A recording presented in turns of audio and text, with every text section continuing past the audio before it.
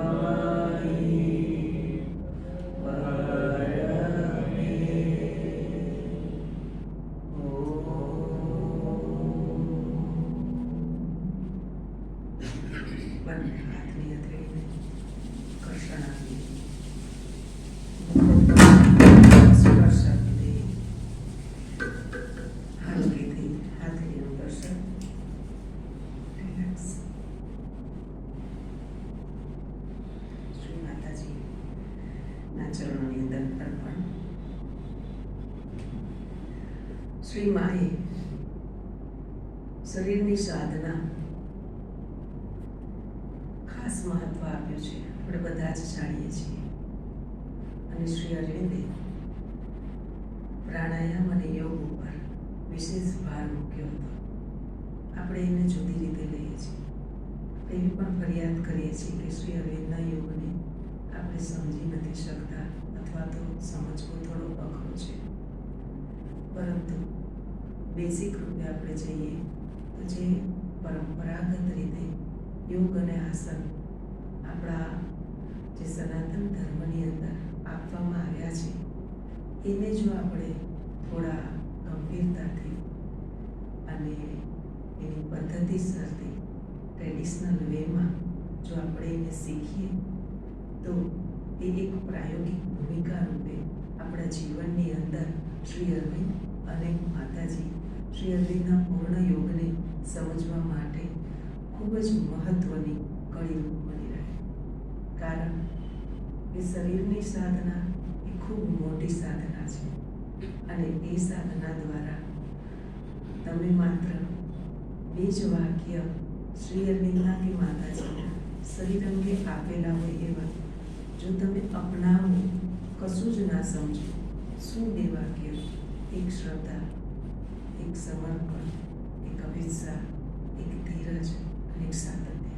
બસ કંઈ જ ના વાંચો, યોગ કરો અને આટલી વસ્તુને તમે અપનાવીને ચાલો તો એનું પરિણામ એ આવશે કે અંદરથી એક એવી રીતના ગાઈડલાઈન મળતી જશે કે તમે અનુભવશો કે ખરેખર આ મધરે અને શ્રી અરવિંદે કીધું છે એ બધું અહીંયા અનુભવાશે અને તમને પ્રતીત થશે.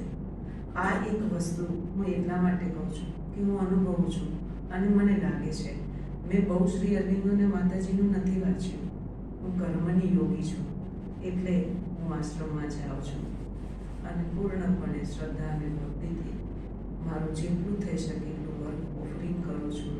અને એની સાથે સાથે જ્યારે આ બધી પ્રક્રિયામાં જોડાઉં છું ત્યારે મને આસનો કરતી વખતે અને અમુક વખતે જે અંદરથી અનુભવાય છે પછી એ સાચું છે એવું કુતૂહલ થાય છે.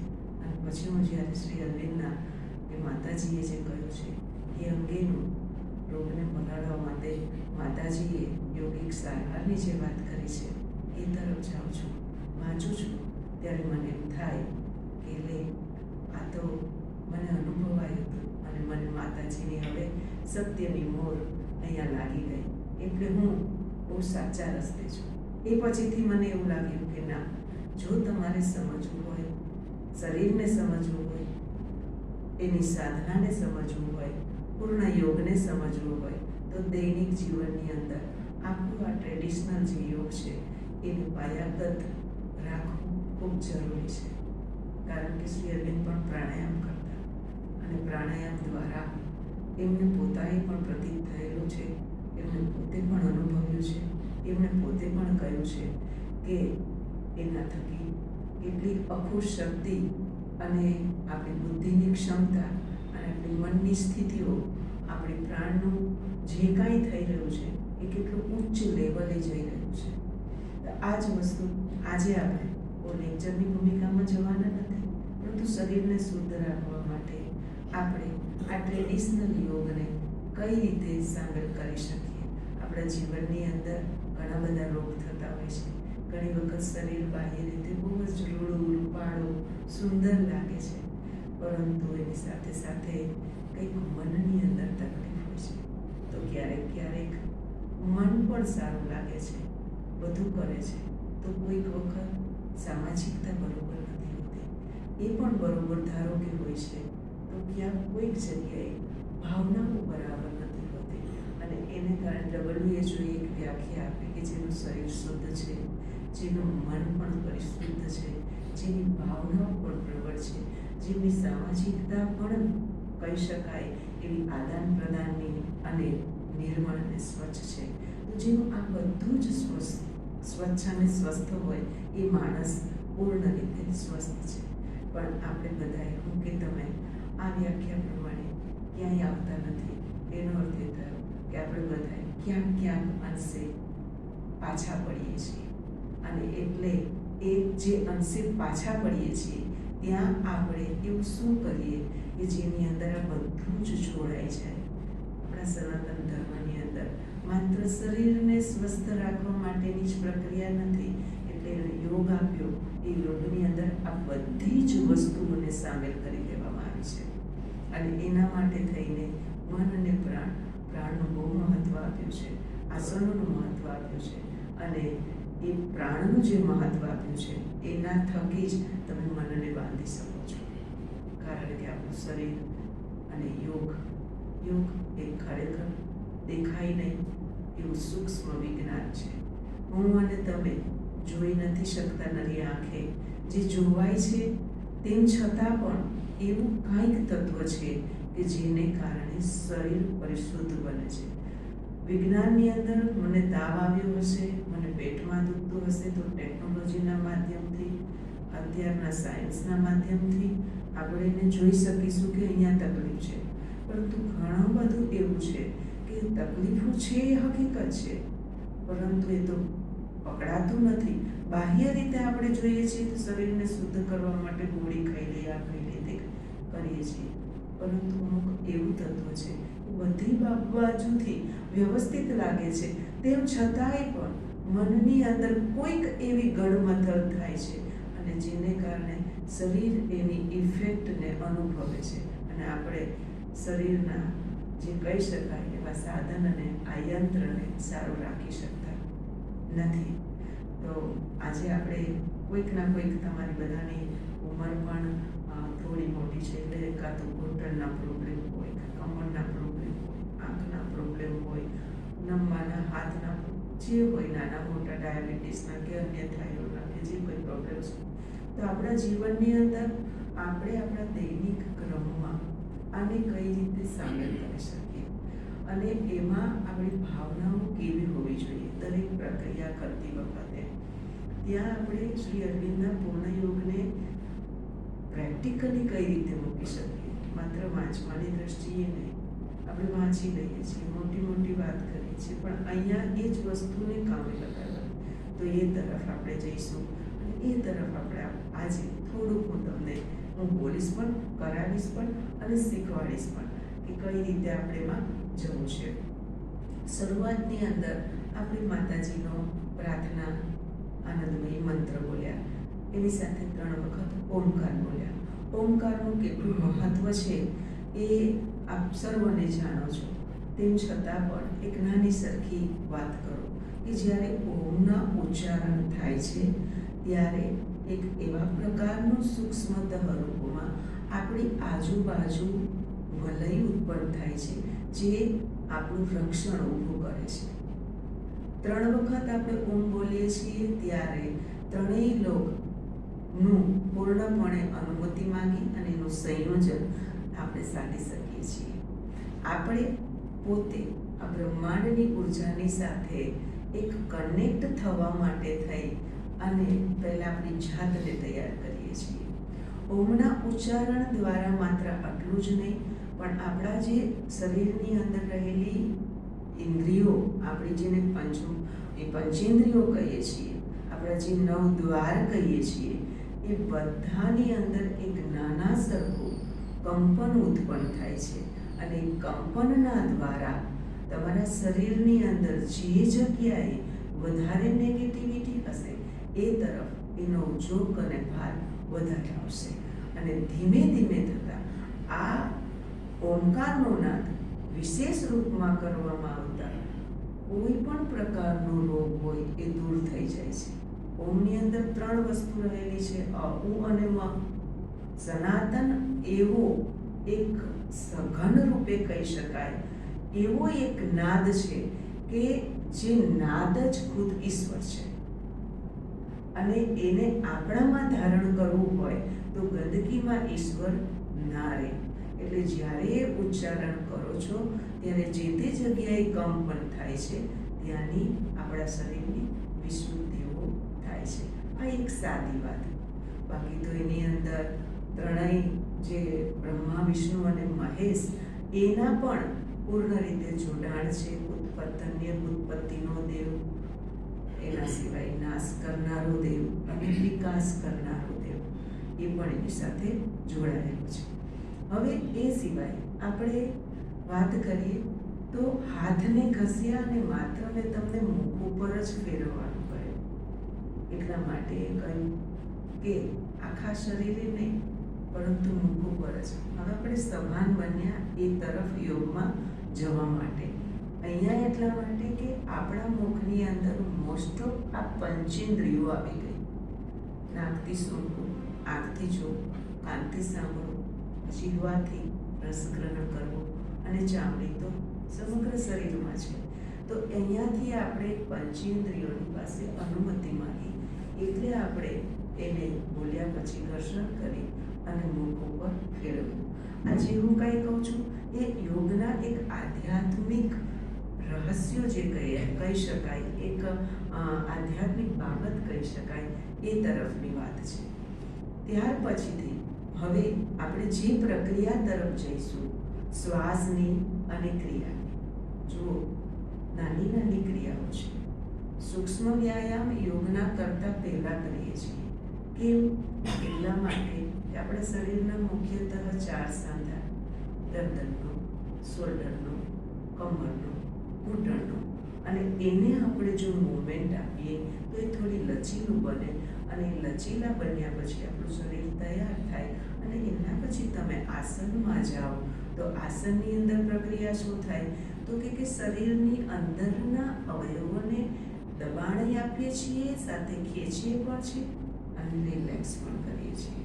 આ પ્રક્રિયા જે છે અંદરના ઓર્ગન્સ પ્રત્યેની, એની સાથે શું થાય છે તો કે એની સાથે શ્વાસને જોડીશું. વગર શ્વાસ જોડીએ તમે પ્રક્રિયા કરશો તો કસરત થઈ જશે, પરંતુ શ્વાસને જોડીને કરશો તો શરીરની શુદ્ધિની ક્રિયા તો થશે જ, પરંતુ શ્વાસની સાથે કરતા તમારું પૂર્ણપણે મન એ ત્યાં એકત્રિત થશે. શ્વાસને લીધે તમારા મનને તમે બાંધી શકશો અને એ બાંધવાની પ્રક્રિયાને કારણે તમારી અંદર જે કાંઈ વિચારોનું ધમસાણ યુદ્ધ ચાલી રહ્યું છે એ શાંત બનશે, ચિત્ત એકાગ્ર થશે અને એકાગ્ર થયા પછી તમારું જે ગોલ છે કે આ શરીર શુદ્ધ બને અને હું પોતે એક મારા કોણ છું, મારા આત્માની, મારા ચેત્યા આત્માની ઓળખની યાત્રામાં હું નીકળું છું કે નીકળી છું, તો એ તરફની જવા માટેનો માર્ગ ખુલશે. આ એની બીજી શરત. બીજી વસ્તુ આપણે જોઈએ કે આ સૂક્ષ્મ વ્યાયામ કરતી વખતે આપણે શું શું ધ્યાનમાં રાખવું જોઈએ. બધા કરી લે છે, હાથ કરશે, આ કરશે, પરંતુ એની સાથે પ્રાણને જોડવાનો છે ને એની સાથે જે પંચેન્દ્રિયો છે બહુ મોટી ભૂમિકામાં કામ કરે છે. એમાં આંખની ભૂમિકા સર્વશ્રેષ્ઠ છે, કારણ કે જે કાંઈ છે હું જોઉં છું અને મને વિચારો ઉત્પન્ન થાય છે, હું જોઉં છું મને સુખ દુઃખનો અનુભવ થાય છે, કારણ કે એ જોવાથી અંદર થતા ફેરફારોને કારણે શરીર એની પ્રતિક્રિયા આપે છે. અહીંયા એ સૂક્ષ્મ ક્રિયાઓ જ્યારે કરીએ છીએ ત્યારે આપણી નજર અને એની સાથે આપણી હાથની ક્રિયા અને એની સાથે કોઈ પણ શરીરની ક્રિયા ને એની સાથે શ્વાસ, આ ત્રણેયને સાથે બાંધીને પ્રક્રિયા કરીશું.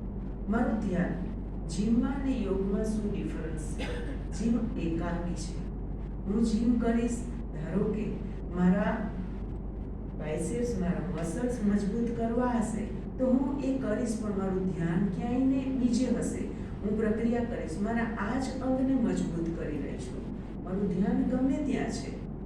પરંતુ જ્યારે યોગની અંદર પ્રક્રિયા કરશો તો તમારું શરીર, તમારું મન, તમારી ભાવના, તમારું પ્રાણ એ બધું જોડાશે અને પ્રક્રિયા કરશો. આવું આપણે પ્રક્રિયાથી જોડીશું તો અને નિરંતર કરીશું, દરરોજ સમયસર કરીશું, યોગ્ય રીતે કરીશું, તો પછી આપણો પ્રવેશ થશે શ્રી અરવિંદને જાણવા માટેની પ્રક્રિયા તરફ. એટલે આ આપણું પ્રેક્ટિકલી બાબત છે, કારણ કે આપણને માગે છે કોઈ પણ કામ કરો પરફેક્શન સાથે કરો. ચાહે બહાર ચપ્પલ ઉતારો, ચાહે નાઈને તમે બાથરૂમમાંથી નીકળો તો તમારો ડોલ, ડબલું, સાવણો, બીજું, ત્રીજું, નાની નાની બાબતો શું તમે વ્યવસ્થિત મૂકીને નીકળો છો? યાની કે જેમ શ્વાસની તરફ તમારો પહેરો હોવો જોઈએ એમ તમારો પહેરો સતત ને સતત તમારી જાત સાથેનો પણ હોવો જોઈએ, અનુશાસનનો પહેરો. અને એ અનુશાસનની અંદર કોઈ તમને નહીં ટોકે કે તમને ટોકનારી માં નથી બાજુમાં, પણ એ ટોકશે તમારી પોતાની સતત ચાલતી પ્રક્રિયા, સતત ચાલતું તમારું દૈનિક જીવન. તમે ખરેખર ક્યારેક ક્યારેક તો એવું થઈ જતું હશે, જો બહુ થાકી ગઈ છે, મૂકી દેવા દે ના, તો એ પૂર્ણ યોગને જ્યારે અપનાવવા માંગો છો ત્યારે તમે પૂરી રીતે એ જુઓ કે જે છે, જે પ્રક્રિયા છે, જે વસ્તુ છે, જે સામગ્રી છે, જેની સાથે તમારો દૈનિક ક્રમ છે, એ ક્રમની અંદર ખરેખર તમે જેમ એને મૂકેલું છે એ જ પ્રમાણે અનુસરો છો કે ક્યારેક બાંધછોડ કરી લો છો. જો બાંધછોડ થઈ તો એ જ સમયે તમે તરત તમારી જાતને ટોકો. આળસ થઈ ગઈ હોય તો ડબલ વખત નહીં ચાલે. ઘણી વખત ઉતાવળમાં હોય, બહેનો જલ્દી કામ કરી લેતી હોય તો એની વ્યવસ્થિત, બાથરૂમની જ વાત કરું તો સાવરણો ઊભો રાખવાનો હોય, ઉતાવળમાં હોય, હવે બધું થઈ ગયું છે, પડી ગયો, ચાલ જલ્દીથી નીકળી જાઓ એમ કરીને બાથરૂમમાંથી નીકળી તો જાય છે તરત જ બહાર, પરંતુ ફરીથી જો એ પોતે સભાન હોય તો એ પાછા વળશે, તરત પાછું મૂકશે, પછી પાછું આવશે. તો આ નાની નાની બાબતોની સભાનતા એ જો આપણામાં કેળવાઈ જશે અને પછી આપણે જઈશું સાવિત્રી પાસે, પછી આપણે જઈશું લાઈફ ડિવાઇન પાસે, પછી આપણે જઈશું શ્રી અરવિંદના કોઈ પણ પત્રો પાસે તો તરત જ આપણને ખબર પડશે કે આ તો માં કહેતા હતા, સિન્સિયરિટીની વાત કરતા હતા, એ આ છે. તો આ રીતે અપનાવતા આપણે જઈશું. આપણે અહીંયા શરીરમાં કઈ રીતે એને અપનાવવી એના સંદર્ભમાં આપણે પહેલા વાત કરી, કારણ એની સાથે તો જોડાયેલું બધું જ છે. શ્રી અરવિંદે પંચ આપણા અન્નમય કોષની એની બધી વાત કરી જ છે, અને એ પછી સમગ્ર રીતે ઉત્ક્રાંતિની વાત કરી છે. અને એ ઉત્ક્રાંતિ માનવ મંત્ર થઈ ગયો, કાર્ય પૂર્ણ થઈ ગયું એ નહીં, પણ રૂપાંતરની જે પ્રક્રિયા કરી છે તો એ જ છે કે આપણી કરોડરજ્જુ સાવ આડી લીટીમાં હતી, હવે ઊભી લીટીમાં થઈ છે, માનવ બન્યા છે, ઉછળું ખરી ગયું છે, શિંગડા ખરી ગયા છે, મોટા કાન ખરી ગયા છે. ભલે બધું થયું, દેખાતો માનવ થઈ ગયો છે, પણ તેમ છતાંય આ જ માનવ કેટલી બધી યોનિમાં આપણે બધા પસાર થઈએ છીએ. ક્યારેક વાંદરા બની જઈએ, ક્યારેક આપણે જુદી જુદી પશુ યોનિઓમાંથી હજુ પસાર થઈએ છીએ.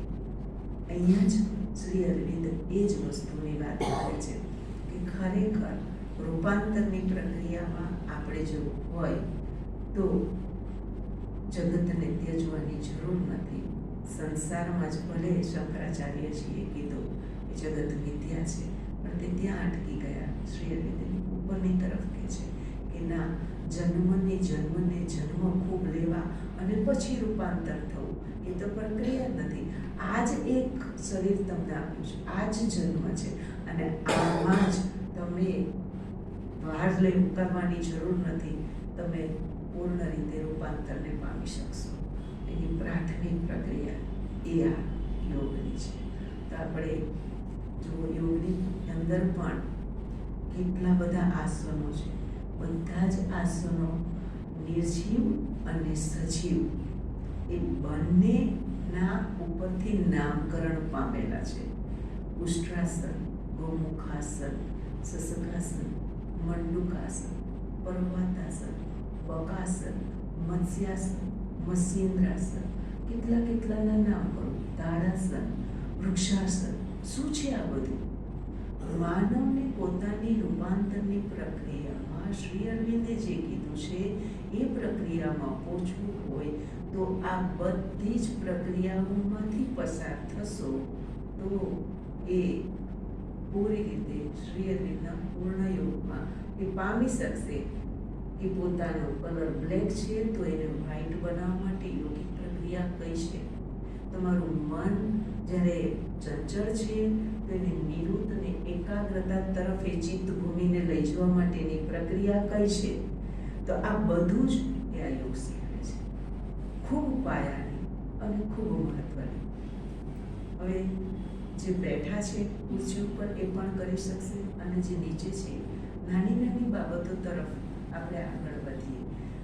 ખાસ કરીને સ્પાઇન વહેલી સીધી રાખવાની. જ્યારે આપણે કરોડરજ્જુ સીધી રાખીશું ત્યારે આપણે આ યોગની પ્રક્રિયા કરીશું તો એમાં થશે શું? કારણ કે આ શરીર છે એ જ પોતે કહી શકાય 64 જોગણીઓ અહીંયા છે, 33 કરોડ દેવતાઓ અહીંયા છે, પર્વતો અને નદીઓ જે કહીએ છીએ છે, ચંદ્ર પણ અહીંયા છે, અને આ દેખાતું બાહ્ય સૂરજ છે એના કરતાં અનેક ગણા સૂર્યો એ પણ અહીંયા છે. પરંતુ એને આપણે પૂછવું હોય, એને આપણે જાણવું હોય તો પહેલી શરત કે જ્યારે યોગાસનમાં જઈએ ત્યારે કરોડરજ્જુ સંપૂર્ણ સીધી. કારણ શું? એ 33 મણકા એ 33 કરોડ દેવતા છે, અને એ 33 કરોડ દેવતાની અંદર જ્યારે આપણે આમ બેસીએ છીએ, વાળીએ છીએ, કે ઢીલા બેસીએ છીએ, ત્યારે લાઇટની અંદર જે એક પ્રકારનો વિદ્યુત પ્રસાર થાય છે અને લાઇટની સિરીઝ હોય છે, ત્યારે એકમાંથી પસાર થઈ અને સંપૂર્ણ રીતે એ સિરીઝ વ્યવસ્થિત ગોઠવાયેલી હોય તો છેક સુધી થાય છે. પણ ક્યારેક કોઈક બ્રેક થઈ જાય, તે પ્રકાશ તૂટી જાય છે, આગળની લાઇટ થાય છે, પાછળ નથી જતો વિદ્યુતકરણ. અને એને કારણે એવું જ આપણા સ્પાઇનમાં છે. આપણે સીધા બેસવું તો આપણી શ્વાસની ગતિ એ પૂર્ણપણે નીચેથી ઉપર જશે અને જવાની પાછળ એ પ્રક્રિયા થાય એની સાથે આપણા શરીરમાં રહેલા સપ્ત ચક્રો, આપણી અંદર રહેલી પૂર્ણપણે કુંડલીની શક્તિ અને એકાગ્રતાની શક્તિ એ આના દ્વારા જાગૃત બને છે. ચક્રો દેખાતા ક્યાંય નથી, પરંતુ ચક્ર એટલે ઉર્જાના કેન્દ્ર. જુદા જુદા સ્થાન ઉપર યોગિક રીતે બતાવવામાં આવેલા આપણે એટલે ચક્રો કહીએ છીએ. એ ઉર્જાના સ્થાન ઉપર જ્યારે પ્રાણ દ્વારા જ આઘાત કરવામાં આવે, ફોર્સ પાડવામાં આવે, ત્યારબાદ એ ઉર્જાના કેન્દ્રોથી એક શક્તિ, એ ઉર્જા છૂટી પડે છે, સમગ્ર શરીરની અંદર એ પૂર્ણ રીતે કાર્યરત થાય છે, આંદોલિત થાય છે અને આપણને સ્ફૂર્તિનો અનુભવ થાય છે. તો આ બેઝિક એટલે કરોડરજ્જુ હંમેશા સીધી રાખવાની. તમારાથી ભલે હલકા આસન, જરૂર નથી બહુ પાવર એવું પડે, ના, ધ્યાન, શ્વાસ, પ્રક્રિયા, બેઝિક નોલેજ એ આપણી પાસે હશે. નાની નાની પ્રક્રિયા કરશું તો પણ અહીંયા મોટી મોટી ઇફેક્ટ આપણને જોવા મળશે. સ્પાઇન સીધી કરીએ અને સૂક્ષ્મ વ્યાયામ તરફ બેસીને આપણે જઈએ. પહેલી પ્રક્રિયા કે હાથની પ્રક્રિયા તરફ જઈશું. જનરલી મસ્તકથી લેતા હોઈએ છીએ, પરંતુ આજે આપણે હાથથી પ્રક્રિયાથી કરીશું. બંને હાથને પહેલા આપણે સીધા કરીએ, આગળની તરફ કરીએ અને એના બાદ શ્વાસની પ્રક્રિયાને જોડી અને કરીશું. જુઓ અહીંયા શોલ્ડર લેવલે જ હાથ મૂકજો, હાથ નીચોઈને હાથ ઉપર પડે. આ પહેલી બાબત, શોલ્ડર લેવલે હાથ અને ત્યારબાદ આપણા જે પંજો છે સામેની તરફ, આંગળાની પહેલી પ્રક્રિયા અહીંયા પકડીએ છીએ ખૂબ ખેંચાણથી, સભાનતાથી અને છોડીએ. 1 and 2, 1 and 2, 1 and 2. હવે અહીંયા જોડવાનું છે શું? તો કે શ્વાસ લેવાની ને છોડવાની ક્રિયા, બરોબર? હવે લેવાની ને છોડવાની. Inhale, exhale, inhale, exhale, inhale, exhale, inhale, exhale, relax. આ પ્રક્રિયા આપણે 10 વખત કરી સ્નાયુ શ્વાસની સાથે બાકીની પ્રક્રિયા તરફ હોઈ જઈએ. આ પ્રક્રિયા જ્યારે કરીએ છીએ, હાથ પૂર્ણપણે જાણે ખેંચતા હોય એ રીતે સ્ટ્રોંગ કરવાના છે. હલકે હલકે નથી કરવાના, કોઈ અનુભૂતિ નહીં થાય, સ્ટ્રોંગ કરવાના છે. અંદરના અવયવોને આપણે પૂરી રીતે એને કાર્યરત બનાવવા માટે ખેંચીએ છીએ, લચીલા બનાવવા માટે. આ હાથ તો મૂવમેન્ટ કરે જ છે, પરંતુ અંદરના જે અવયવો છે એને તમે ખેંચશો નહીં, સ્નાયુઓને, મસલ્સને, નસને, નાડીઓને, તો એ પ્રક્રિયા નહીં કામ કરે, મજબૂતાઈ નહીં આવે. એટલે એના માટે થઈને 1 2 1 2, inhale, exhale, inhale, Excel.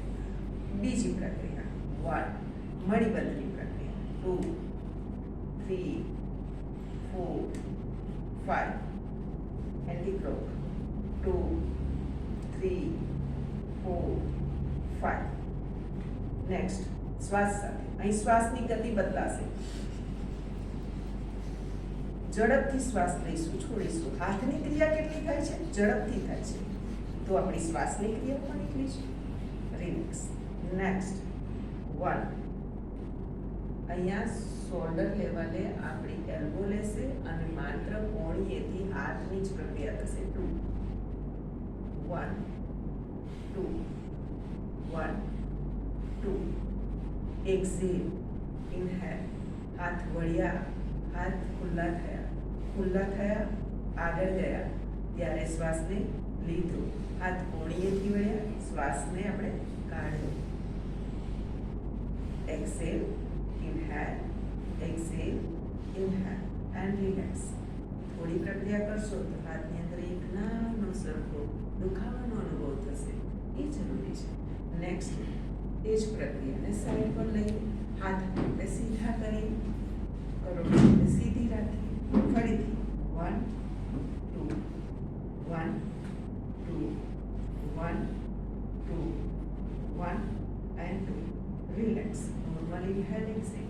Spine સીધી જ રાખી, શ્વાસ નોર્મલ રહે અહીંયા યોગની અંદર ક્યારેય તમે 5 વખત નક્કી કરો કે 5 વખત આ પ્રક્રિયા કરી, 5 વખત એલ્બોની કરી, ફરીથી પક્ષ વિકાસની કરી, તમે શોલ્ડરની કરી. તો આ જે પ્રક્રિયા કરો છો ત્યારે એક વખત જ્યારે 5 વખત કરી લો તમારે રિલેક્સ, જળની જેમ મંડી જ નહીં પડવાનું, જળની જેમ શ્વાસ પણ નહીં લેવાનો, તમારા શ્વાસનો અવાજ ના આવવો જોઈએ. કારણ આ પ્રક્રિયા દ્વારા તમે તમારી જાત સાથે વાત કરો છો, તમે તમારી અંદરની તરફ જઈ રહ્યા છો, તમે એક ધ્યાન રૂપે કરો છો અને એ તમારા ધ્યાનમાં ક્યાંય ડિસ્ટર્બન્સ તમારો શ્વાસ આવે એ સાથે પ્રક્રિયા નહીં કરવાની, પણ શ્વાસ સભાનતાથી પહેરો ભરતા હોય એ રીતે દીર્ઘ લેવાનું, દીર્ઘ છોડવાનું. એવું નહીં ઝડપથી લઈ લીધું, ઝડપથી છોડી દીધું. શ્વાસની પણ પ્રક્રિયા છે, એની અંદર જ્યારે ક્રિયાઓ ઝડપ કરશો ત્યારે શ્વાસ તમારો ટૂંકો જશે, ઝડપથી જશે, ઝડપથી આવશે, પણ એ ક્રિયાના ભાગરૂપે છે. પણ જ્યારે આપણે પ્રક્રિયા કરીએ તો એકદમ શાંતિથી પ્રક્રિયા કરીએ. આગળના અભ્યાસ તરફ જઈએ.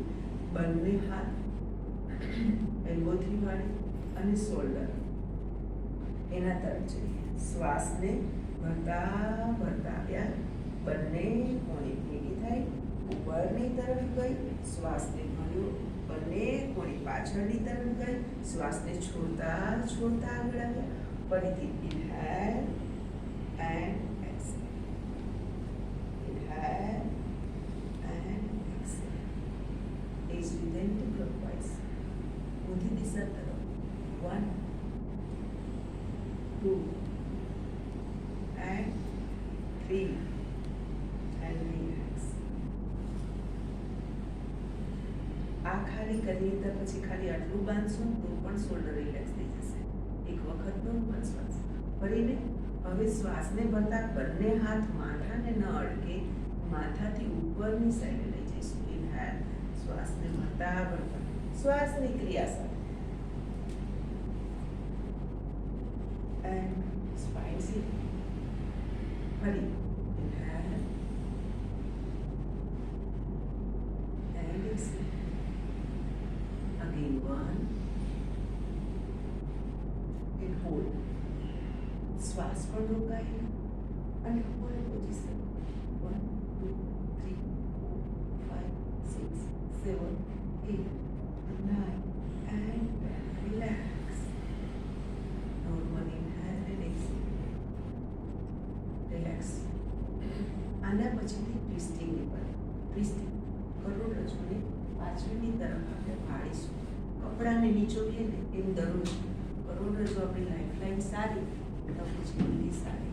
કારણ કે એને કરોડરજ્જુને ભણતા હતા ત્યારે કહેવામાં આવતું હતું કે જીવનની આધારશિલા છે, એવું ભણવામાં આવતું.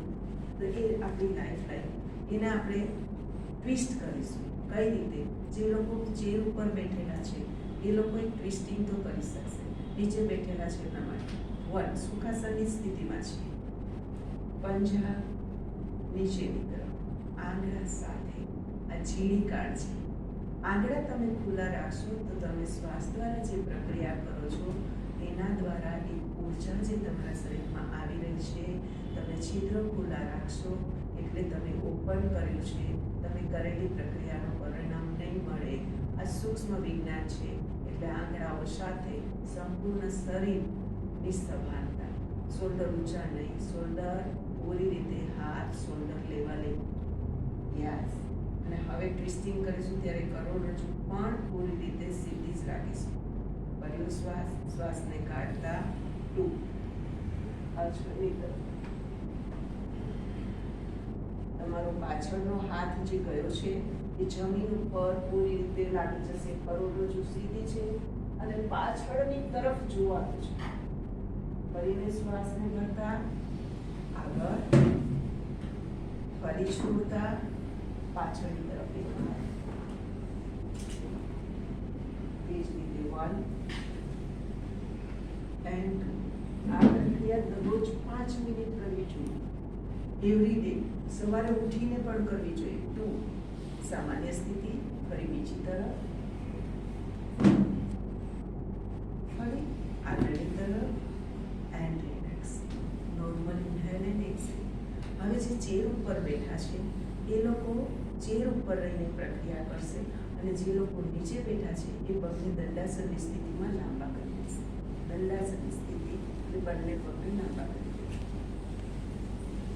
આપણે અહીંયા ગયા, અહીંયા ગયા, હવે અહીંયા ઘૂંટણ તરફ આવે. ઘૂંટણ ઉપર હાથ.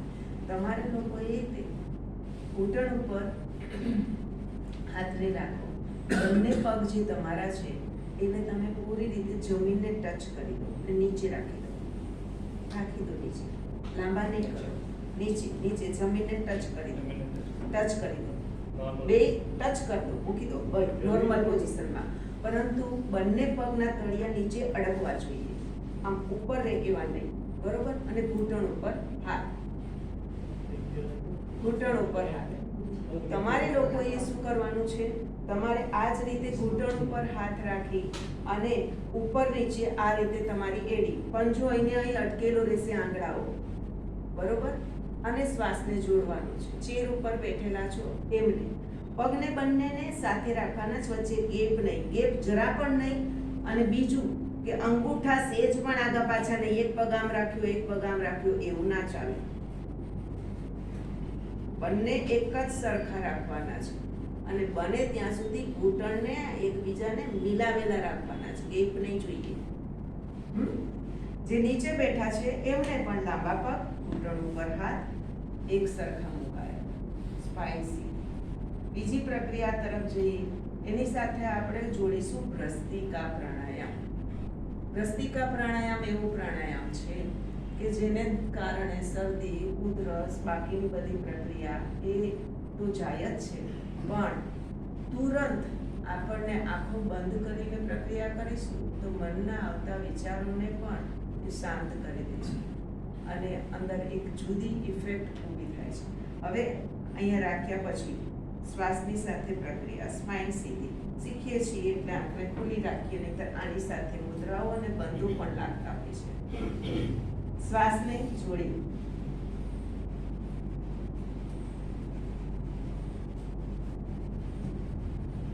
બે સાથે, બંને વારાફરતી સાથે સાથે.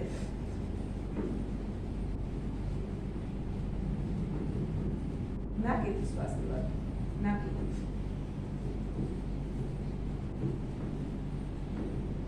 રિલેક્સ.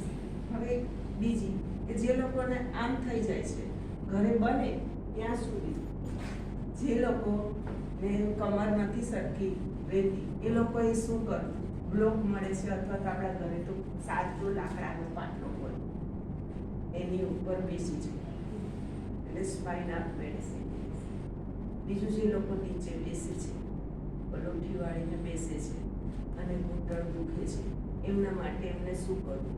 તો કે એમને હંમેશા પાટલો કે લઈ અને બેસવાનું.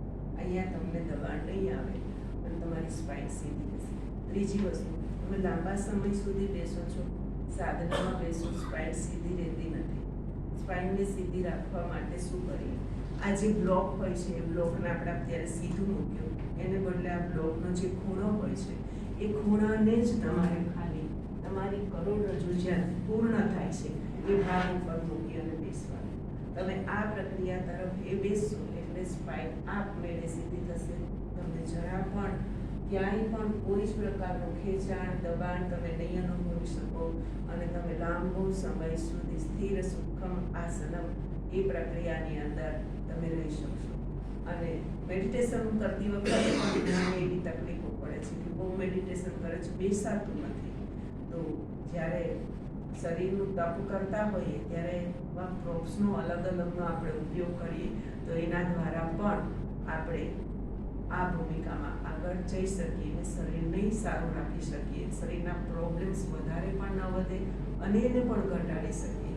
તો એ પ્રક્રિયા છે. ઘૂંટણની પ્રક્રિયા આપણે જ્યારે કરીએ એના પછી પગના આંગળા તરફ. હવે જેમને ઘૂંટણના દુખાવા છે એમની પણ વાત આ સૂક્ષ્મ વ્યાયામમાં જ કરી દઈશ.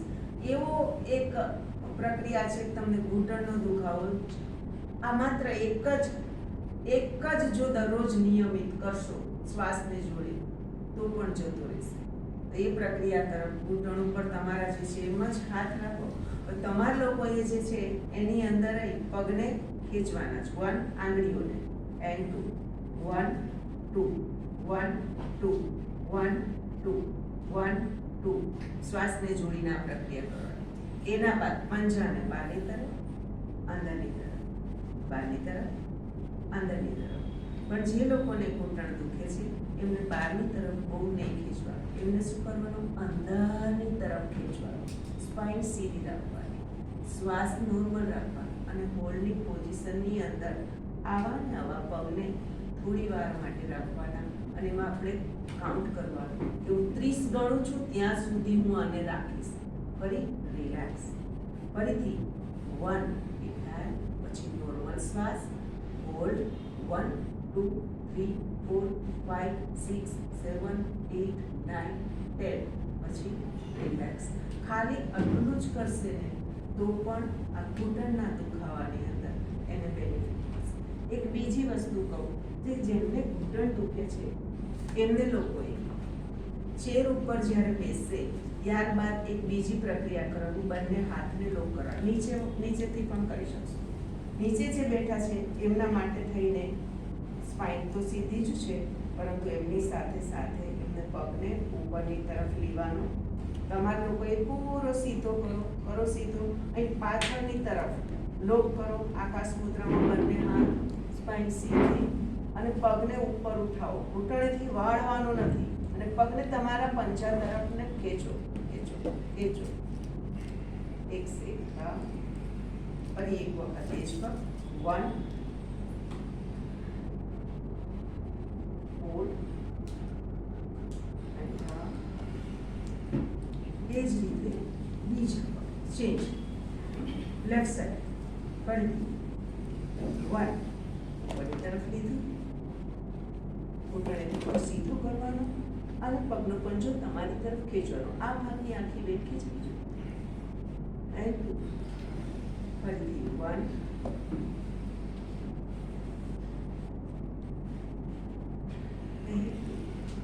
રિલેક્સ. આ સૂક્ષ્મ પ્રક્રિયા તરફ અને સમગ્ર શરીરની સૂક્ષ્મ પ્રક્રિયા તરફ આખા શરીરના આટલા ભાગ તો લઈ લીધા. આખા શરીરને આપણે આંદોલિત કરવું, સૂક્ષ્મ વ્યાયામ કરવું છે, શરીરને વ્યવસ્થિત કરવું છે અને ચરબી શરીરમાં રહેલી હોય એને પણ ઘટાડવી છે. તો સ્થિત કોણાસન ચલન અવસ્થામાં જઈ શકાય. એની અંદર પ્રક્રિયા કેવી છે તો કે પગને આપણે ખુલ્લા કરી નાખીએ, શોલ્ડરને વડે આપણા હાથને મૂક્યા અને હવે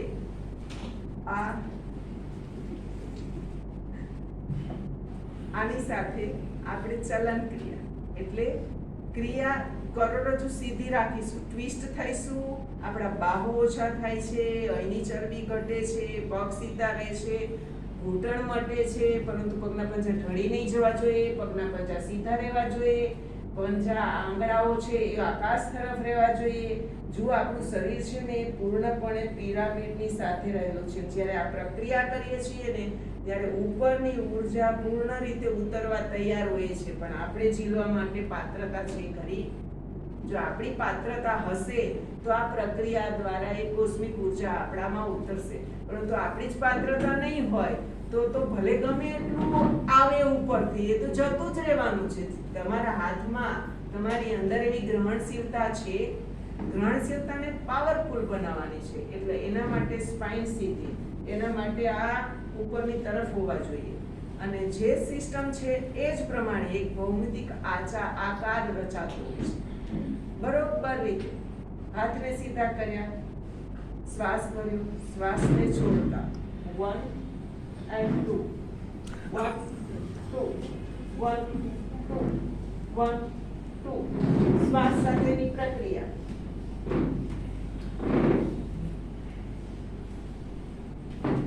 રિલેક્સ. આમાં આ પ્રક્રિયા કરતી વખતે ઘૂંટણ ઉપર ના થવા જોઈએ, કમર આમ ન વળી જવી જોઈએ, એ પણ સીધી રહેવી જોઈએ. શરૂઆતમાં વળી જશે પણ નિરંતર અભ્યાસ કરીએ ત્યારે ધ્યાન રાખીશું.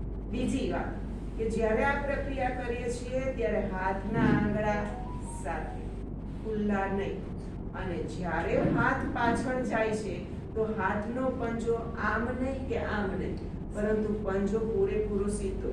અહીંથી જ્યારે ગયો છે ત્યારે એ પંજો અહીંથી આપણે આમ રાખીએ કે આમ નીચે રાખીએ એ પણ નહીં. તમારો એ પંજો પૂરી રીતે જ્યારે જાય છે ત્યારે એ પાછળની તરફ સીધો. નજર ક્યાં? તો કે નજર મારા હાથની ઉપર. અહીંયા ગયેલો હાથ શોલ્ડર લેવલથી ઉપરની તરફ છે, નીચે નહીં.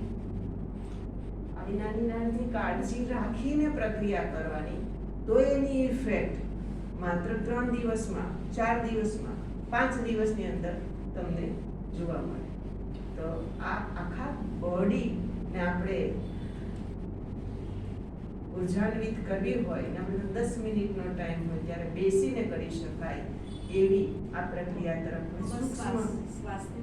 શ્વાસની પ્રક્રિયામાંથી એક બાજુથી લીધો, એક બાજુથી છોડ્યો. હું તમને એની એક કરીને બતાવું.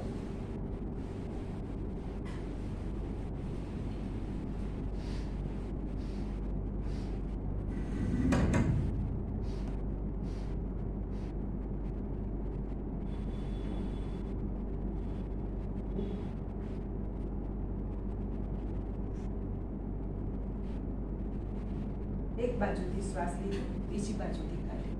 એ જ પ્રક્રિયા રૂપે આ પ્રક્રિયા કરો. સભાનતા. જ્યારે 10-10 મિનિટ આ પ્રક્રિયા કરશો તો બોડી એકદમ કંપી જશે. આ જતું રહેશે તમે. આ પણ વ્યવસ્થિત થશે અને આખી બોડી વ્યવસ્થિત થશે. તો આ એક એવી કડી છે.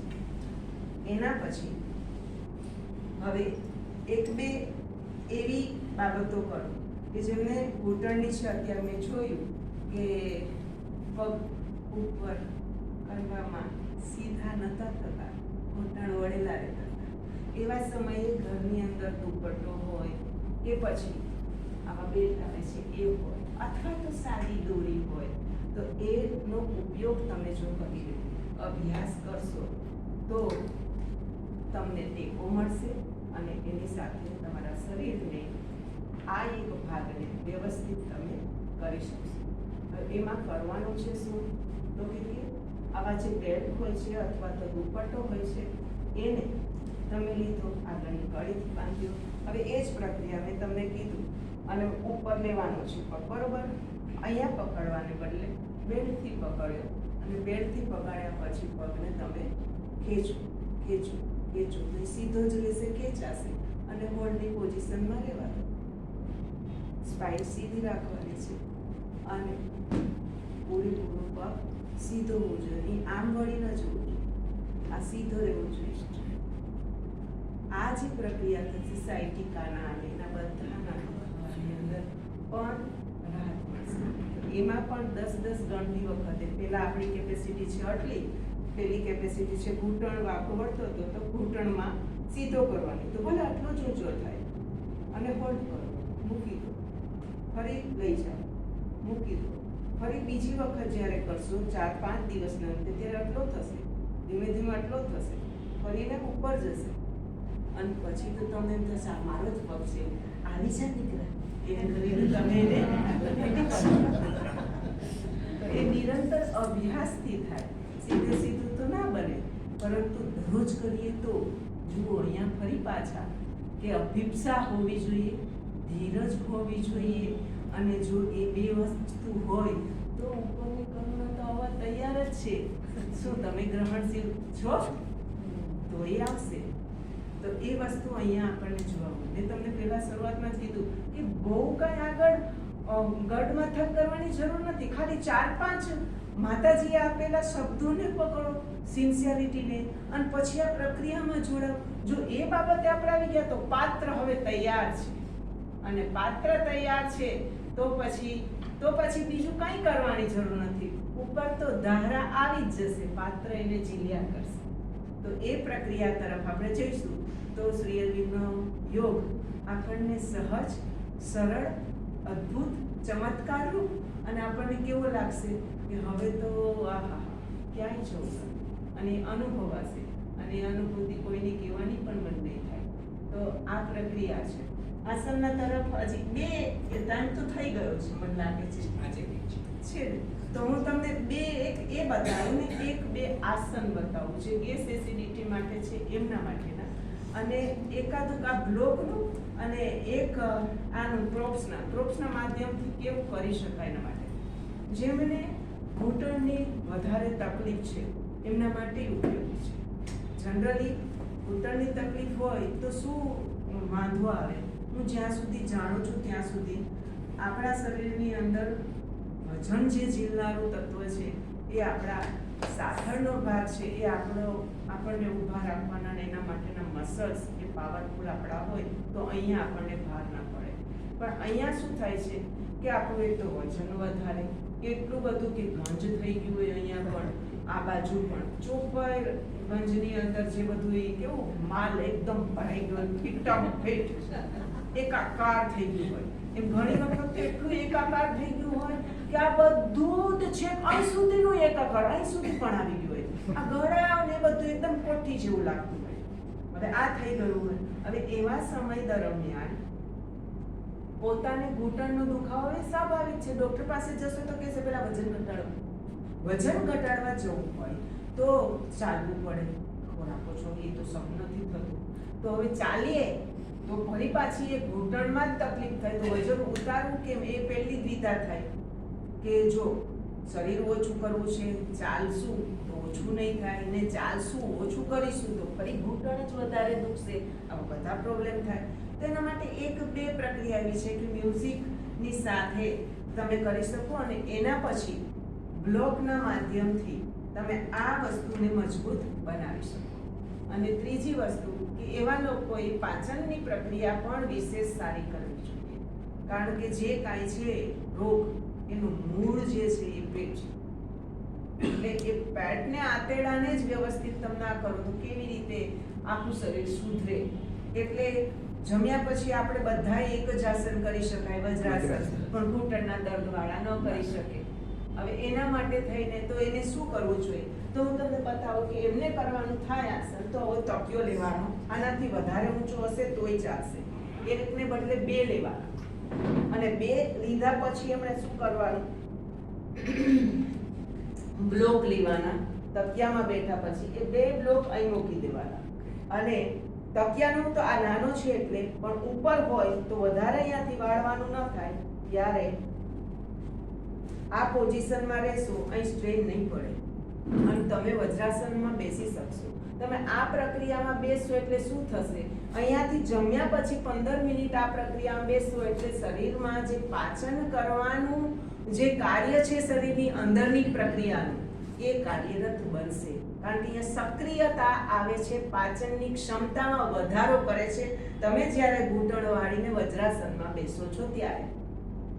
બરોબર? શરીરના બીજે ક્યાંય જોવામાં, બીજે ત્રીજે ક્યાંય શરીર શક્તિ પોતાની વાપરતું નથી. ત્યારે એ ખાધેલા ખોરાકને પચાવવામાં પોતાની સમગ્ર શક્તિને કામે લગાડે છે. તો એમાં તમે મદદ કરી શકો તમારી શરીરની આવી એક આકૃતિ સર્જીને. પણ હવે એ આકૃતિ સર્જવા માટે આપણે તો કાં જાણીએ છીએ, કાં તો જાણીએ છીએ તો આળસ કરીએ છીએ, અથવા આપણને ટાઈમનો અભાવ છે. પણ જો આપણે આ કરીશું તો એ પણ વધશે, સાથે આ પણ મજબૂત થશે અને અહીંના દુખાવામાં પણ ફેર પડશે. તો એ રીતે આપણે કરી શકીએ. બીજી કે નાનું નાનું જ્યારે દુખાવો હોય છે અને ઘણા બધા શું કરે છે કે મને બે ઊભી રહી મને દુખી ગયું, ત્યારે શું કરવાનું કે કાં તો બેલ્ટ અથવા કોઈ કપડું એનું ગોળ બનાવવાનું અને જે સહન થાય એ રીતે તમે જ્યાં પણ બેસો, જે જગ્યાએ સોફા પણ ગમે ત્યાં તમે બેસો, ત્યાં તમારે શું કરવાનું છે? આ ઘૂંટણની નીચેની તરફ એને તમારે મૂકી અને થોડી વખત સુધી રહેવા દેવાનું છે. મૂકી દો, બેયની સાઈડે મૂકી દો. અહીંયા જે ઘસાતા હશે ધીમે ધીમે થતા એ ઘસાવાની જે પ્રક્રિયા છે ઘૂંટણોની, એ ઘસાવાને બદલે એની વચ્ચે વ્યવસ્થિત રીતે ગેપ આવશે અને તમારા ઘૂંટણના જે દુખાવા છે એ તમે તમારી રીતે સારી રીતે મટાડી શકશો. એમાં નહીં ઓપરેશનની જરૂર પડે કે નહીં કાંઈ. હા, પણ જો પહેલી વાત ધીરજ જરૂરી છે, બીજી વાત શ્રદ્ધા જરૂરી છે, ત્રીજી વાત દરરોજ હીલિંગ આપવાની જરૂરિયાત છે કે ના મારું ઘૂંટણ બહુ સરસ મટી ગયું છે, એ સરસ થઈ રહ્યો છે અને એ ખૂબ સારું કાર્યરત કરી રહ્યો છે. જો આ પ્રક્રિયા દરેક, ચાહે કોઈ પણ રોગ થયો હોય, એ રોગને મટાડવા માટેની તમારી જો આ પ્રક્રિયા હશે તો તમે ભલભલા રોગને તમારા શરીરમાંથી તિલાંજલિ આપી શકશો. મધર શું કહે છે? મધર એ જ પ્રક્રિયા કહે છે કે કોઈ પણ રોગને તમારે મટાડવું હોય તમે એની પાસે જાઓ અને એને દરરોજ તમે મળો, દરરોજ તમે એને કહો, એની સાથે વાત કરો અને એને જ્યારે જ્યારે તમે સૂચના આપશો એ તમને સાંભળવા માગે છે, તમારા ઓર્ડરનું એ પાલન કરે છે, પરંતુ તમે એની પાસે જ નહીં જાઓ અને સતત તમે એનું રટણ કરશો. જોને બેન, હવે તો બહુ વાત થાય, બહુ ઉંમર થઈ છે, થાય જ ને, હવે તો થાય ને, પછી એવા હારી જઈએ છીએ કે હવે તો લાકડે બાંધાશું ત્યારે આ બધું જશે, હવે તો એ વગર તો થશે જ નહીં. આ જે નેગેટિવ બાબતો તમે આપો છો એ તમે ને તમે સાંભળો છો, એ તમારું સાંભળેલું તમે માનતા નથી, તમે સહજ લો છો, પરંતુ ધીમે ધીમે થતા તમારા અવચેતન માઇન્ડની અંદર એ એવું તો ફિટ થઈ જાય છે કે સૂતા ઉઠતા બેઠતા તમારી સમગ્ર ચેતના એની જોડે જતી રહે છે અને તમારો ચૈત્ય પુરુષ પણ એની અંદર જોડાયેલો રહે છે અને એને કારણે એ પેલો રોગ ત્યાંથી હટતો નથી. તો તમે એને એ તરફ ના લઈ જાઓ. મેં કીધું ને પહેરો ભરો, જેમ શ્વાસનો એમ આમાં પણ પહેરો ભરીને પૂરી રીતે તમે એમાં જશો અને તમે એને ઓર્ડર આપશો, તમે માની નહીં શકો એવું પરિણામ એની સાથે જોડાયેલું છે. આમાં બે વાત છે, માત્ર વ્યક્તિ પોતે માનવું છે એ નથી જોડાઈ શકતું, પરંતુ એની સાથે જોડાયેલું કોઈ વ્યક્તિ હોય અને એ માનવું પડે જેને લાગણીના સંબંધ એની સાથે ખૂબ સારા હોય, યદિ એ પણ એની સાથે રહીને એના માટે પ્રાર્થના કરશે, એનો હાથ પકડશે, એની પાસે રહેશે. માતા પડેલા વ્યક્તિને નહીં ખબર હોય, પરંતુ ખાલી એની પાસે રહીને અથવા તો દૂર રહીને પણ પ્રાર્થના કરશે તો પણ એની જબરજસ્ત અસર થશે અને એને પૂરી રીતે એમાંથી બહાર નીકળવા માટે તમે સહાયરૂપ થઈ શકશો. આ પ્રક્રિયા પ્રાર્થનાના બળની સાથે માતાજીની કૃપા કઈ રીતે કામ કરે છે એ જોવા જેવી છે અને એ થાય જ છે, 100% થાય છે. મારી પાસે એવા પેશન્ટ આવે છે, હું એની સાથે ખૂબ તાદાત્મ્ય અનુભવું છું અને એ અનુભવ્યા પછી હું પોતે જ્યારે એના રોગ ભયંકર હોય છે ત્યારે એ ભયંકર રોગને એ સક્ષમ નથી હોતા કાઢવા માટે, પણ છતાંય પેલું બાળક ચાલતું થયું હોય, ધીમે ધીમે પલંગ ઉપર એક પગ મૂકવા જાય અને ગબડીને પડી જાય નહીં એટલે એની માતા ધીમેથી હાથ એને અડકે નહીં એમ ખાલી ધરી રાખે છે, પણ જો પેલું પડી જાય તો જીરી લે છે અને જો પેલું ચડી ગયું તો માતાને પાડે છે ને રાજી થાય છે. તો આ જ પ્રક્રિયા છે કે પ્રાર્થના બહુ મહત્વની છે અને એ રીતે તમે તમારા અવચેતન માઇન્ડની અંદર રહેલા ખોરાકને, તમારા રહેલા રોગને ખેંચો અને બહાર કાઢો. હવે બહાર કાઢતી વખતની પ્રક્રિયા કેવી હોઈ શકે? 5 મિનિટની અંદર, આમ તો યોગ નિંદ્રામાં કરાવતા હોઈએ છીએ, પણ આજે આપણે ખાલી 5 જ મિનિટની અંદર હું પૂર્ણ કરું અને એ પ્રક્રિયા તરફ ખાલી જઈએ. માઇક से आपकी बस में माइक સંભળાતું નથી हाँ नीचे હવે? ઓકે, તો ફરીથી કરોડરજ્જુ ગરદન સીધી કરવી. સૂઈને પણ આ સુખાસનની અવસ્થામાંથી શવાસનની અવસ્થામાં પણ કરી શકીએ, જેને યોગ નિદ્રા કહી શકીએ, પરંતુ અત્યારે આપણે બેસીને આ પ્રક્રિયા કરીશું. તમારા બંને હાથ પૂરી રીતે તમારા ઘૂંટણ ઉપર અથવા નાભીની પાસે, બંને હાથ ધ્યાન મુદ્રામાં આંગળાઓ સાથે અને બંને અંગુષ્ઠ એના ટોપથી એકબીજાને સ્પર્શ થયેલા. સ્પાઇન સીધી, તમારી કોણી તમારા શરીરથી દૂરની તરફ નહીં પણ તમારા શરીરને ટચ થયેલી અવસ્થા. શરીર ધીરું, દ્રઢ, મક્કમ. શરીરના થતી દરેક અંદરની પ્રક્રિયા તરફનું અવલોકન. નોર્મલ શ્વાસ પોઝિશન. આજ્ઞાચક્ર ઉપર દ્રષ્ટિને સ્થિર કરી નોર્મલ શ્વાસ લઈએ અને છોડીએ. ઇનહેલ, હલકેથી ધીમો, દીર્ઘ, ઊંડો અને શક્તિ અને ઉર્જાથી ભરાયેલો શ્વાસ અંદરની તરફ લઈ રહ્યા છો. એ જ રીતે એક્સેલ, ધીમે ધીમે શ્વાસને બહારની તરફ હવા. મનોમન માંડ ઘટન કરતા શ્વાસ. Inhale and Excel. શરીરને એકદમ ઢીલું કરો. શ્વાસના સંદો તરફ પૂર્ણપણે ધ્યાન. આજ્ઞાચક્ર ઉપર રહેલી દ્રષ્ટિને સ્થિર કરેલી અવસ્થામાં રાખીને ધીમે ધીમે ફરીથી લાંબો શ્વાસ અંદરની તરફ. કલ્પનાના માધ્યમથી આઈનામાં આપણા જ દેહને જોતા હોય એ રીતે તમારા શરીરને તમે પૂર્ણ રીતે જોઈ રહ્યા છો. તમારું ધ્યાન શ્વાસની આંગળી પકડીને તમે ચાલી રહ્યા છો અંતરની યાત્રા તરફ. પૂર્ણપણે ધ્યાન તમારા બંને પગના અંગુષ્ઠ આંગળીઓ તરફ.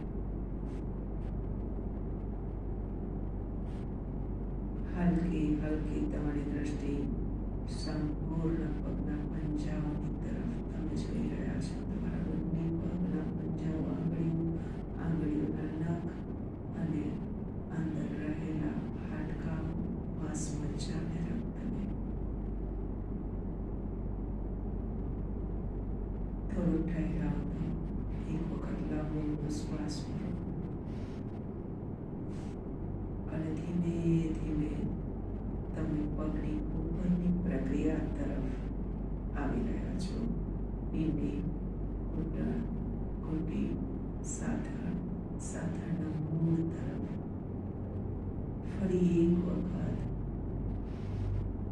દૂરથી ઓરડાની અંદર પ્રવેશ્યા હોય અને દરવાજાની પાસેથી રૂમની અંદરની દરેક વ્યવસ્થાનું નિરીક્ષણ કરતા હોય એ રીતે તમે સાથળના ભાગ ઉપર તમારી ચેતનાને સ્થિર કરી અને પગના સંપૂર્ણ ઘૂંટણ, ઘૂંટી અને આખા પગનું નિરીક્ષણ કરો. બંને પગને, ડાબા પગને અને જમણા પગને. ત્યાં રહેલી દરેક પ્રક્રિયાને જુઓ. દોડી રહેલા નસનાળીની અંદર રહેલા રક્તને જુઓ. હાડકાની વ્યવસ્થાને જુઓ અને ધ્યાન કરો ઘૂંટણથી. સુંદર મજાની રચનાને જુઓ. ઘૂંટણની અંદર રહેલા એ બોલ અને પટેલાને જુઓ. એક સુંદર ભાવનાઓ. મારા બંને પગ ખૂબ સ્ફૂર્તિદાયક, ખૂબ ઉર્જાથી ભરાયેલા, ફરિયાદ વગરના અને સતત જાગૃત અને દોડતા, મારા કામમાં મને મદદ કરતા, મને લઈ જતા, મને બેસરીને શાંતિ અપાવતા એવી ભાવનાઓ સંપૂર્ણપણે આખા પગને આપો. એક વખત લાંબો શ્વાસ ભરો અને છોડો. હલકેથી તમારી ચેતનાને નાભી કેન્દ્ર તરફ લઈ આવો અને તમારું ધ્યાન પૂર્ણપણે પેટના આંતરિક અવયવો, ચેસ્ટ અને ફેફસા પર સ્થિર કરો.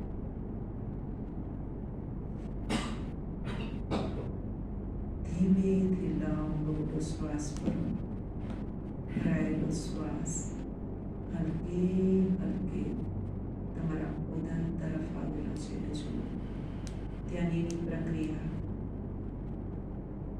તમે જોઈ રહ્યા છો કે તમારા શ્વાસના આગમન અને જાગૃતની પ્રક્રિયા દ્વારા અંદરની જે કાંઈ પ્રક્રિયા થઈ રહી છે એ એના આધારે થઈ રહી છે. यदि શ્વાસ ન આવ્યો તો પૂર્ણપણે આ બધી જ પ્રક્રિયાઓ પેટની અંદર રહેલી પાચનની અને એ સિવાય આંતરડાની કોઈ જ પ્રક્રિયા થઈ શકતી નથી. આ શ્વાસ જ છે, આ વાયુ જ છે. મૂળભૂત રૂપે એ વાયુને જુઓ. નાભીની આજુબાજુ ફરી રહેલા એ વાયુને તમે નિરીક્ષણ કરી રહ્યા છો. એ વાયુ સમાન વાયુ પાચન તંત્ર ઉપર એનું આધિપત્ય તમે નિરીક્ષણ કરી રહ્યા છો. લાંબો શ્વાસ પૂરવાનો જુઓ. ત્યાં એક આદેશ આપો, મારું ખાધેલો ખોરાક હંમેશા એનું પાચન થઈ રહ્યું છે, હંમેશા એમાંથી પોષણ મળી રહ્યું છે, મને શક્તિ મળી રહ્યું છે. મારી અંદર રહેલો પ્રસાદ પૂર્ણપણે પ્રભુના સ્પર્શ સાથે સમગ્ર શરીરની અંદર એક ઉર્જાના માધ્યમથી ફેલાઈ રહ્યું છે. મારી આંખોમાંથી એ જ તેજ વરસે છે, મારા કાનથી એ જ નાદ સંભળાય છે, મારી જીભમાંથી એ નાજ બોલાય છે, મારી નાસિકાથી એ જ મૂળભૂત રૂપે પ્રાણ અંદરની તરફ પ્રવેશે છે. હું અને એ અને ક્યાંય અલગ નથી. મારી અંદર રહેલા ઉદરમાં કોઈ પણ પ્રકારની તકલીફ છે, એ તકલીફ ચાહે ડાયાબિટીસ હોય, આંતરડા સંબંધિત હોય કે પછી કિડની સંબંધિત હોય, બધું જ દૂર થઈ રહ્યું છે. એવી ભાવનાઓ એના કોષોને જાગૃત કરો. ત્યાં બધાની ચેતનાને સ્થાપિત કરો. થોડી વાર ઠહેરાવ દો, નિરીક્ષણ કરો. હલકે હલકે એને પંપાળો. આંખ બંધ છે, દરેક અવયવને જાણે સ્પર્શ આપતા હોય એવું અનુભવ. ગુડ ફીલ કરો. ધીમે ધીમે ધીમે કરતા કરતા એક લાંબો શ્વાસ. સુંદર સ્પર્શ આપીને શ્વાસને કાઢતા હલકેથી આવી જાઓ હૃદયની ગુહા તરફ. હૃદયની પાસે એના અવાજને સાંભળો. નાદ બ્રહ્મ એ ક્યાંય નથી, અહીંયા છે. હૃદય તરફ ધ્યાન, અંદરની તરફ જાઓ. જાણે કે પારસમણી સમાન એ શ્વાસને તમે જોઈ રહ્યા છો. શુદ્ધ રક્તને શુદ્ધ થતો તમે જોઈ રહ્યા છો. હૃદયની ગતિ અને વિચાર ચિહ્નોને તમે જોઈ રહ્યા છો. ખૂબ એકાગ્ર થાઓ. હજુ અંદરની તરફ જાઓ. જે નથી જોઈ રહ્યા એવું કંઈક, જે નથી શરીરની બંધારણની અંદર રહેલું એવું કંઈક, માત્ર પુષ્ટ જેટલું અને તેજો સફેદ વર્ણ, તેમ છતાંય સુવર્ણ અને એવા ગર્ભમાં રહેલું કંઈક તમે નિરીક્ષણ કરી રહ્યા છો. ખૂબ આનંદની ભાવના સાથે હૃદયના એ અવકાશને સાંભળવાની કોશિશ.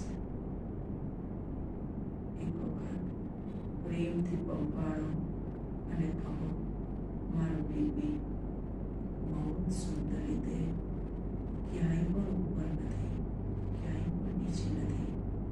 રક્ત સુંદર રીતે ચાલી રહ્યું છે અને જાણે ગંગામાં વહેતી નદીનો પ્રવાહ હલકો ધીમો ધસધસતો જઈ રહ્યો છે. એમ સમગ્ર શરીરની અંદર આ ગંગાના ઉદ્ગમ સ્થાનમાંથી જુદી જુદી નસનાળીઓમાં રક્ત રૂપે વહી રહેલો આ પ્રવાહ મારા સમગ્ર શરીરમાં દોડી રહ્યો છે. નતમસ્તકથી વંદન કરો. ધીમે ધીમે વંદન કરતા અવગમની લાગણીથી કંઠ પ્રદેશ અને મસ્તિષ્ક તરફ અને આજ્ઞા ચક્ર તરફ આવી સ્થિર થઈ જાઓ. સમગ્ર શરીર એકદમ મેળવો. ફરી એક વખત તમારા સહસ્ત્ર ચક્ર એટલે કે તમારા મસ્તકના મધ્ય ભાગની અંદર તમારી ચેતનાને સ્થિર કરો. તમારું ધ્યાન પૂર્ણપણે સહસ્ત્ર ચક્ર ઉપર કલ્પનાના માધ્યમથી પૂર્ણ રીતે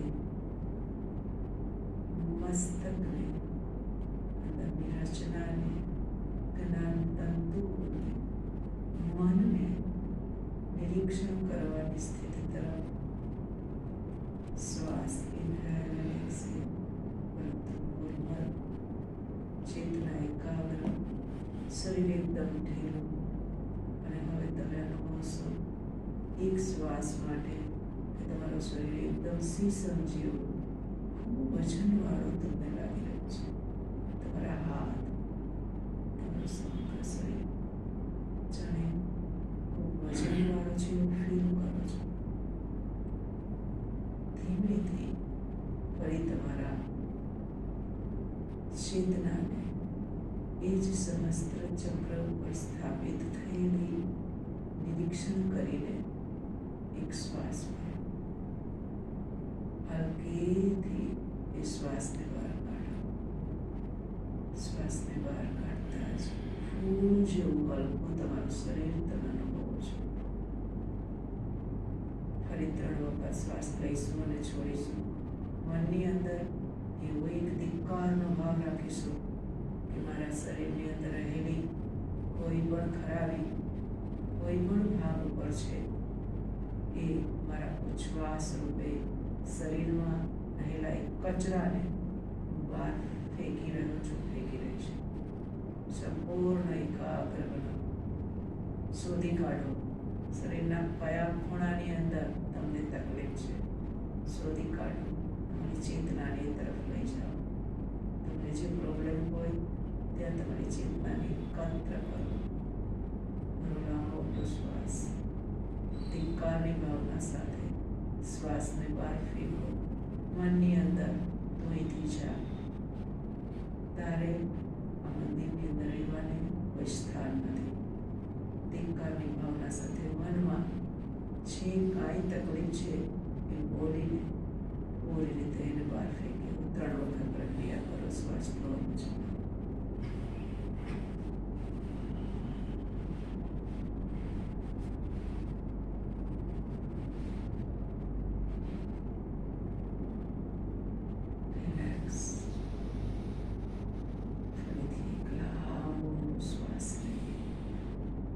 આનંદની ભાવના સાથે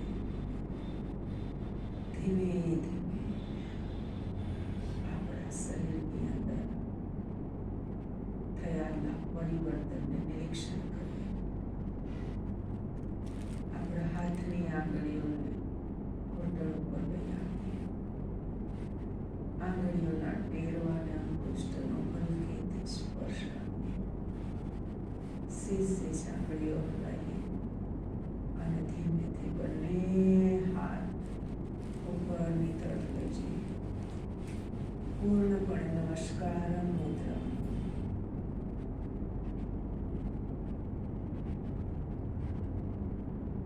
ધીમે ધીમે શ્વાસને બહાર કાઢતા વક્ષસ્થળની સામેની તરફ નમસ્કાર મુદ્રામાં બંને હાથ સ્થાપિત. એની જ અવસ્થામાં હાથને રાખી પ્રભુનો આભાર માનતા હોઈએ તે 3 વખત દીર્ઘ ઓમકારનો ઉચ્ચાર કરીશું.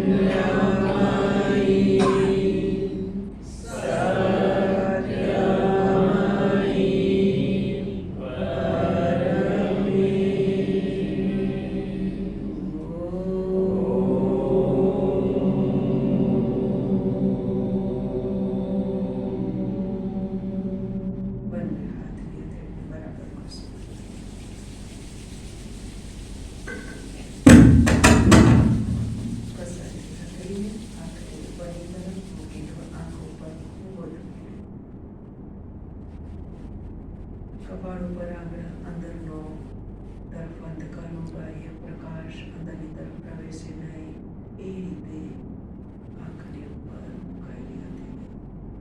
ધીમે ધીમે એક બે વખત આંખને અંદરની તરફ ખોલો અને બંધ કરો. હલકેથી આંખને ફરી બંધ કરી ફરી હથેળી હટાવી અને ફરી કસી ફરી આંખની ઉપર મૂકી હથેળીને ધ્યાન આજ્ઞા ચક્ર ઉપર સ્થિર કરી દો. કપાળ ઉપર રહેલા આંગળાઓને હલકેથી દૂર કરો, ધીમે ધીમે દૂર કરો. હલકેથી પડદો ખોલતા હોય એવા ભાવથી હથેળી ગાલ ઉપર છે. ધ્યાન આજ્ઞા ચક્ર પ્રકાશમાં રિલેક્સ અને સમગ્ર શરીર ઉપર શ્વાસ. મસ્તક ઉપર, કાન ઉપર, ગરદન ઉપર, બાહુ ઉપર, ભુજા ઉપર, ઉજ્જવલી, ચેસ્ટ, કટી પ્રદેશ, જંગા, જાંઘ, પાદગુદ, પદ અંગુલી and relax. હલકેથી આંખને ખોલી જય માં